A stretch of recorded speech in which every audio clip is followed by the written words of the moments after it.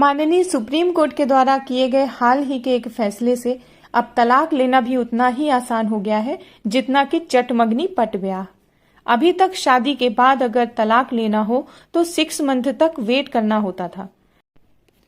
लेकिन अब किसी भी पति पत्नी को तलाक लेने के लिए 6 महीने तक का इंतजार करना जरूरी नहीं है।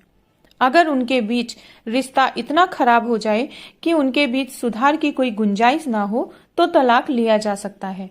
और अब फैमिली कोर्ट की बजाय सीधा सुप्रीम कोर्ट से तलाक लिया जा सकता है। सुप्रीम कोर्ट ने ये माना कि पति पत्नी के बीच जब रिश्ते इतने बिगड़ जाएं कि उनका पटरी पर आना संभव ना हो तो इस आधार पर तलाक करना संभव है। तलाक पर फैसला सुनाते हुए कोर्ट ने भरण पोषण, रख रखाव और बच्चों के संबंध में महत्वपूर्ण गाइडलाइन भी जारी की और ऐसे आधार बताए जिन आधारों पर तलाक लिया जा सकता है। तो यहाँ पर चलिए हम ये जान लेते हैं कि वे कौन कौन से आधार हैं जिनके आधार पर तलाक लिया जा सकता है। तो यदि पति या पत्नी में से कोई भी शादी के बाद अपनी इच्छा से किसी दूसरे व्यक्ति के साथ शारीरिक संबंध बनाता हो, यदि शादी के बाद अपने साथी के साथ मानसिक या शारीरिक क्रूरता का बर्ताव करता हो, यदि बिना किसी ठोस कारण के ही 2 साल या उससे लंबे समय से पति पत्नी अलग रह रहे हों, अगर दोनों पक्षों में से कोई एक हिंदू धर्म को छोड़कर दूसरा धर्म अपना लेता हो,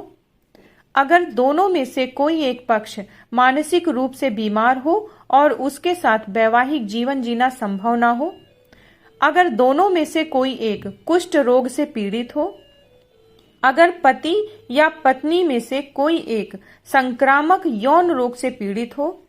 अगर पति या पत्नी में से कोई घर परिवार को छोड़कर संन्यास ले ले, अगर पति या पत्नी में से किसी एक के जीवित रहने की कोई भी खबर 7 साल तक ना मिली हो, अगर शादी के बाद पति बलात्कार का दोषी पाया जाता है